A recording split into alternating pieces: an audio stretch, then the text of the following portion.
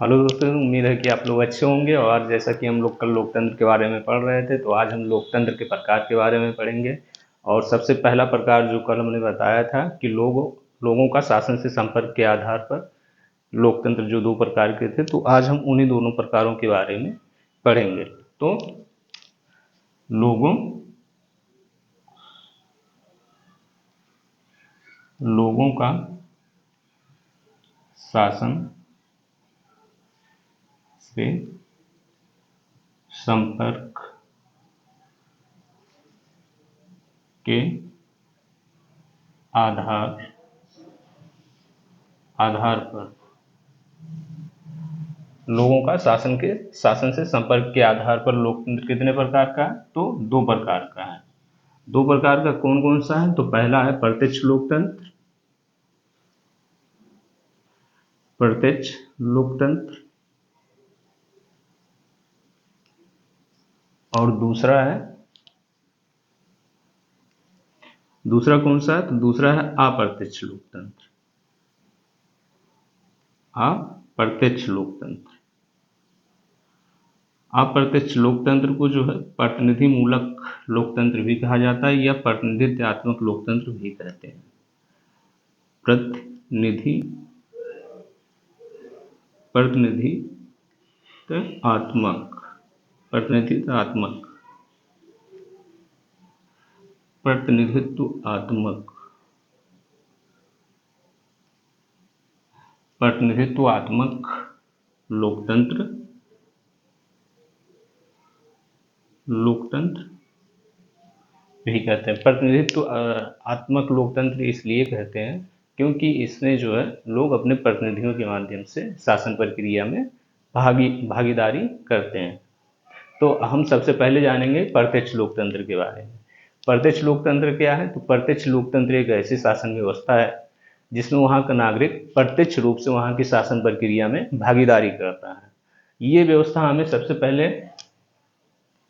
यूनान में देखने को मिलती है। प्राचीन यूनान जो कि ग्रीक सभ्यता जब जिस समय था, तो उस समय में देखने को मिलती है कि वहाँ पर प्रत्यक्ष लोकतंत्र दिखाई पड़ता था, क्योंकि वहाँ के जो भी राजनीतिक निर्णय होते थे, तो उन महत्वपूर्ण राजनीतिक निर्णय या आर्थिक निर्णयों में जो वहाँ के स्वतंत्र नागरिक होते थे, वे सभी आपस में मिलकर बहुमत से कोई भी कानून का निर्माण करते थे। इसके साथ ही वहाँ की न्यायपालिका में भी ये व्यवस्था देखने को मिलती है कि वहाँ के न्यायपालिका के द्वारा जो निर्णय किया जाता था, वो भी जो है इसी प्रक्रिया को अपनाकर किया जाता था और निर्णय बहुमत से लिए जाते थे। तो प्रत्यक्ष लोकतंत्र का मतलब है, सबसे पहला अर्थ तो ये है कि शासन में जनता की प्रत्यक्ष भागीदारी होती है। शासन में जनता की प्रत्यक्ष भागीदारी होती है। प्रत्यक्ष भागीदारी होती है। भागीदारी होती है। भागीदारी होती है। ये व्यवस्था कहाँ देखने को मिली? तो सबसे पहले हमें मिली प्राचीन यूनान। प्राचीन यूनान में प्राचीन यूनान में देखने को मिलती है कि वहाँ पर इस तरह की व्यवस्थाएं विद्यमान थी कि वहाँ का स्वतंत्र नागरिक इस तरह के निर्णयों में जो है भागीदारी करता था। और अगर हम वर्तमान में देखें तो ये व्यवस्था वर्तमान में स्विट्जरलैंड में इसी तरह की कुछ व्यवस्थाएं देखने को मिलती हैं। स्विट्जरलैंड के कुछ कैंटोनों में स्विट्जरलैंड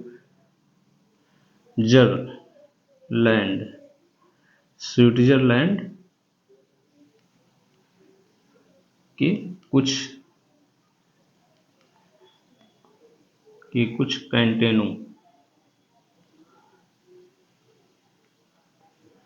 कुछ कैंटोनों में प्रत्यक्ष लोकतंत्र की व्यवस्था देखने को मिलती है। तो स्विट्जरलैंड इस व्यवस्था को जो है संघीय बनाने के लिए वहाँ पर कुछ नए नियम लाए हैं। जैसे कि ये माना जाता है कि प्रत्यक्ष लोकतंत्र की जो है 4 उपक्रम है या 4 साधन है, उन 4 साधनों के आधार पर जो है प्रत्यक्ष लोकतंत्र को स्थापित किया जा सकता है। तो इसके 4 साधन कौन कौन से हैं? प्रत्यक्ष लोकतंत्र के साधन। तो प्रत्यक्ष लोकतंत्र के साधन, इसका सबसे पहला साधन है पहल। पहल या इनिशिएटिव।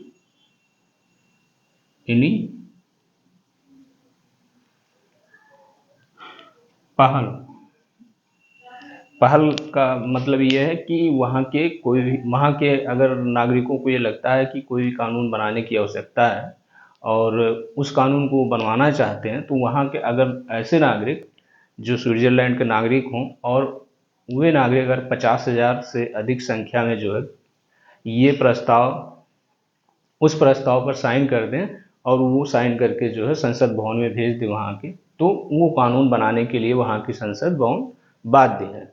दूसरी चीज़ यह है कि अगर वहाँ के नागरिक ये चाहते हैं कि संविधान में कोई संशोधन करना है, तो संविधान में संशोधन करने के लिए भी जो है अगर वहाँ के 1 लाख नागरिक उस प्रस्ताव पर हस्ताक्षर कर वहाँ की विधान कानून बनाने वाली संस्था को भेजते हैं, तो वह संस्था जो है उस संविधान संशोधन को स्वीकार करेगी और संविधान में संशोधन किया जाएगा। तो सबसे पहला है पहल। इसके बाद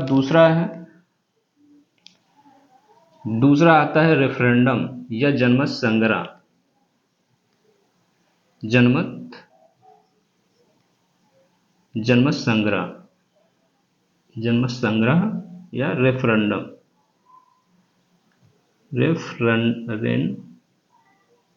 रेफरेंडम।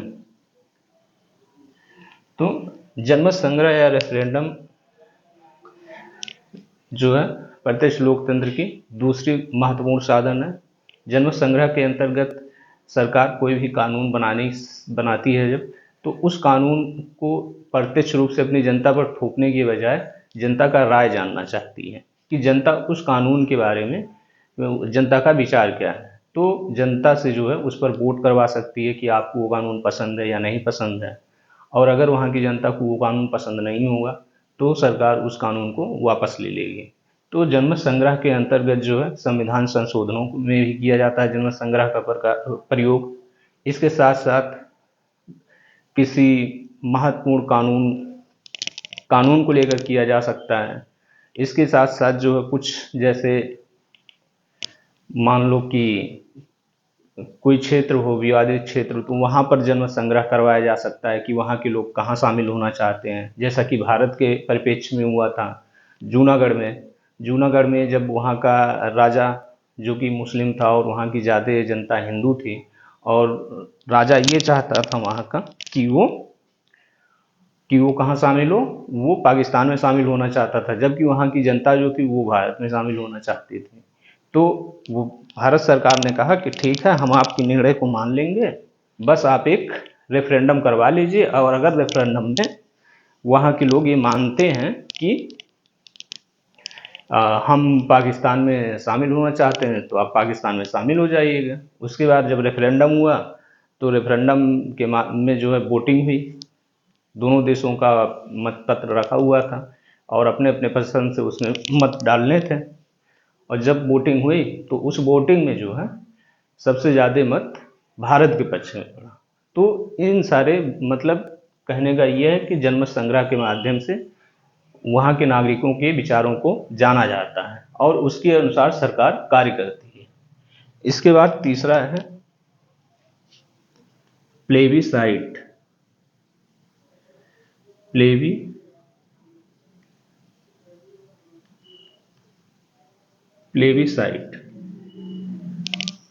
प्लेबिसाइट जनमत संग्रह की तरह का ही एक व्यवस्था है, लेकिन प्लेबिसाइट और जनमत संग्रह में थोड़ा सा बस अंतर है कि प्लेबिसाइट कुछ ऐसे समुदाय या समूह के सदस्यों के द्वारा ही प्लेबिसाइट में भागीदारी हो सकती है जो उन मुद्दों से जुड़े हों, केवल वही लोग उसमें भागीदारी कर सकते हैं, जबकि जनमत संग्रह में पूरे देश के लोग भागीदारी करते हैं।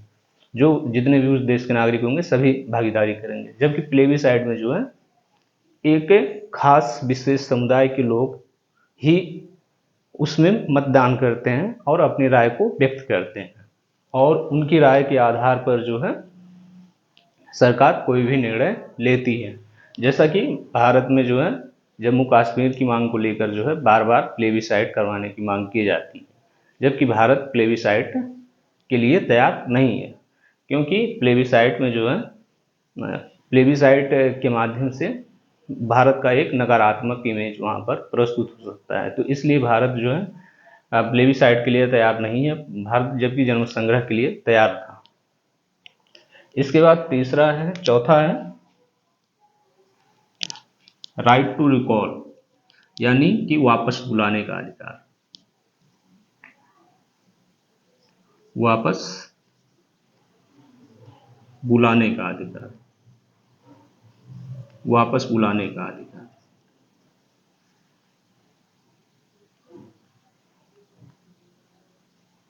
वापस बुलाने का अधिकार। तो राइट टू रिकॉल के माध्यम से जो है अपने प्रतिनिधियों को वहाँ के उस क्षेत्र के लोग वापस बुला सकते हैं।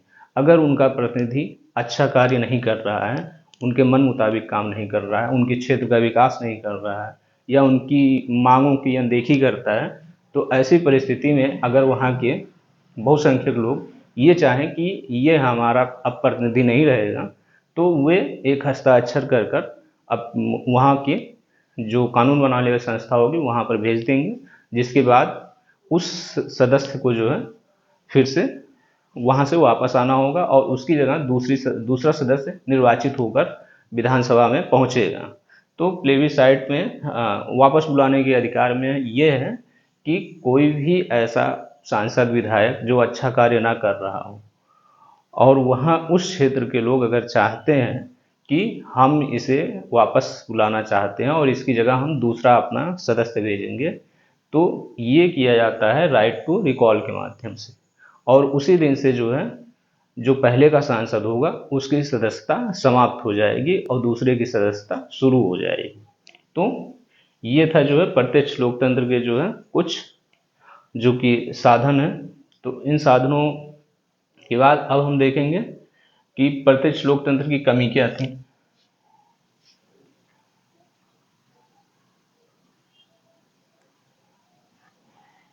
तो इसकी सबसे बड़ी कमी केवल एक ही है कि वर्तमान समय में अगर हम देखें तो विश्व में कोई भी देश ऐसा नहीं है कि जहाँ की जनसंख्या इतनी सीमित हो कि वहाँ के सभी नागरिक एक जगह उपस्थित होकर कोई भी महत्वपूर्ण निर्णय ले सकें।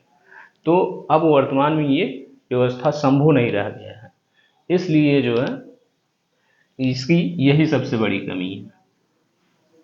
तो अत्यधिक जनसंख्या,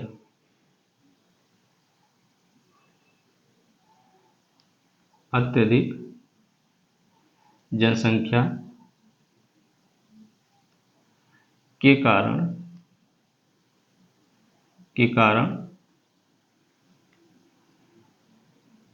कारण प्रत्यक्ष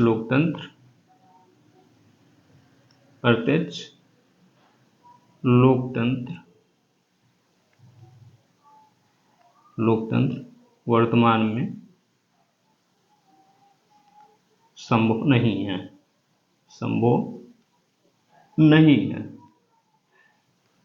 यही इसकी सबसे बड़ी कमी है। इसके बाद हम देखते हैं कि प्रतिनिधि मूलक लोकतंत्र है या अप्रत्यक्ष लोकतंत्र है। प्रतिनिधि मूलक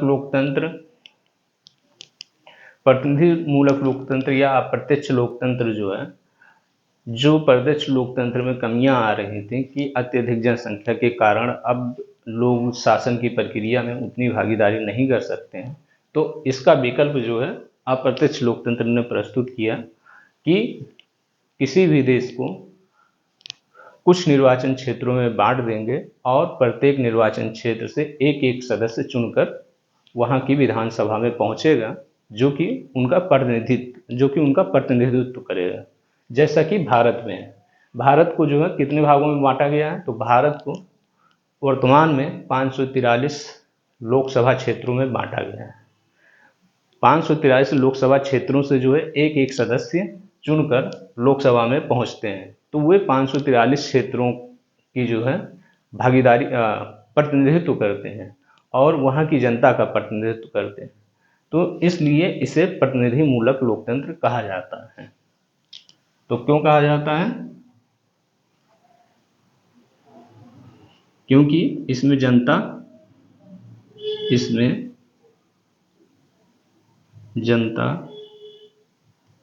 अपने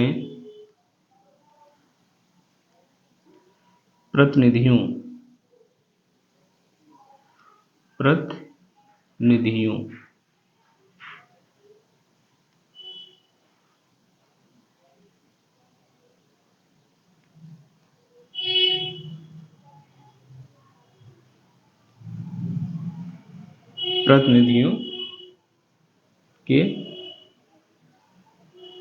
माध्यम से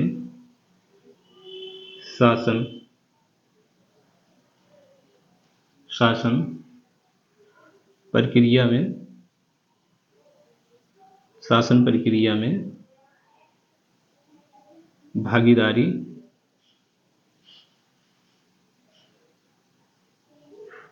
भागीदारी करता है। क्योंकि इसमें जनता जो होती है वो अपने प्रतिनिधियों के माध्यम से शासन प्रक्रिया में भागीदारी करती है, इसलिए इसे कहा जाता है प्रतिनिधि मूलक लोकतंत्र। और वर्तमान में ये विश्व के लगभग अधिकांश देशों में प्रचलित है। जहाँ भी लोकतंत्र है वहाँ पर वर्तमान समय में यही व्यवस्था देखने को मिल रही है, चाहे वो भारत हो, अमेरिका हो, इंग्लैंड हो, ऑस्ट्रेलिया हो, जापान हो, जर्मनी हो, कहीं भी विश्व में जहाँ पर लोकतंत्र विद्यमान है वहाँ पर जो है स्विट्जरलैंड को छोड़कर वहाँ पर केवल यही व्यवस्था देखने को मिल रही है। क्योंकि इसके माध्यम से जो है शासन प्रक्रिया में भागीदारी करना आसान है। इसके साथ ही अब भारत के बारे में अगर देखें कि भारत जो है भारत अपने लोकतंत्रीय प्रक्रिया में कौन से मॉडल को अपनाया हुआ है, तो भारत भी अपने लोकतंत्रीय प्रक्रिया में जो है अप्रत्यक्ष लोकतंत्र को ही अपनाया हुआ है। लेकिन कुछ क्षेत्रों में धीरे धीरे जो चुनाव सुधारों के माध्यम से जो लगातार आंदोलन हुए, जैसे अन्ना आंदोलन हुआ, जैसे कि धीरे धीरे सिविल सोसाइटियाँ मजबूत हुई, तो इन सब के मजबूत होने से जो है धीरे धीरे कर जो है भारत में प्रत्यक्ष लोकतंत्र की प्रक्रिया के जो साधन हैं वे कुछ तत्व उसके दिखाई देने लगे हैं। जैसे कि एमपी है भारत का, मध्य प्रदेश भारत में एक ऐसा क्षेत्र है जहाँ पर जो लोकल गवर्नमेंट होती है, लोकल गवर्नमेंट यानी कि जो स्थानीय सरकार है, जैसे कि ग्राम प्रधान, चेयरमैन, नगर पालिका का चेयरमैन जो होता है, ठीक, तो इन लोगों को जो है वहाँ के नागरिकों को राइट टू रिकॉल का अधिकार मिला हुआ है कि अगर उन्हें लगता है कि उनके प्रतिनिधि सही से काम नहीं कर रहे हैं तो वे राइट टू रिकॉल के माध्यम से उन्हें वापस बुला सकते हैं। तो इस तरह से धीरे धीरे कर भारत में जो है जागरूकता बढ़ रही है और उस जागरूकता के बढ़ने के कारण जो है वहाँ पर सुधार हो रहे हैं। इसके साथ ही अगर हम देखें कि भारत का जो जन लोकपाल बिल था, भारत के जन लोकपाल बिल में सबसे महत्वपूर्ण रोल जो है सिविल सोसाइटियों ने निभाया था। सिविल सोसाइटियों ने लगभग वही तरीका अपनाया जो कि स्विट्जरलैंड में जो है पहल या इनिशिएटिव होता है, ठीक, कि इनिशिएटिव के माध्यम से वहाँ पर कोई भी कानून बनाया जा सकता है जो कानून उन्हें अच्छा लगता हो, अगर वहाँ के 50,000 से अधिक नागरिक चाहते हैं कि वो कानून बनाया जाए। तो उसी तरह से सिविल सोसाइटी ने भारत में जो जन लोकपाल बिल आया उसको बनाने के लिए सरकार पर दबाव बनाया और सरकार ने उस बिल को प्रस्तुत किया और उस बिल का निर्माण किया है, तब जाके आज जन लोकपाल अधिनियम बन पाया है। तो इस क्लास में इतना ही। अगर आपको ये क्लास अच्छी लगे तो इसे लाइक, शेयर और सब्सक्राइब अवश्य करें। और इसके साथ हम आपको धन्यवाद कहते हैं ये वीडियो देखने के लिए। जय हिंद।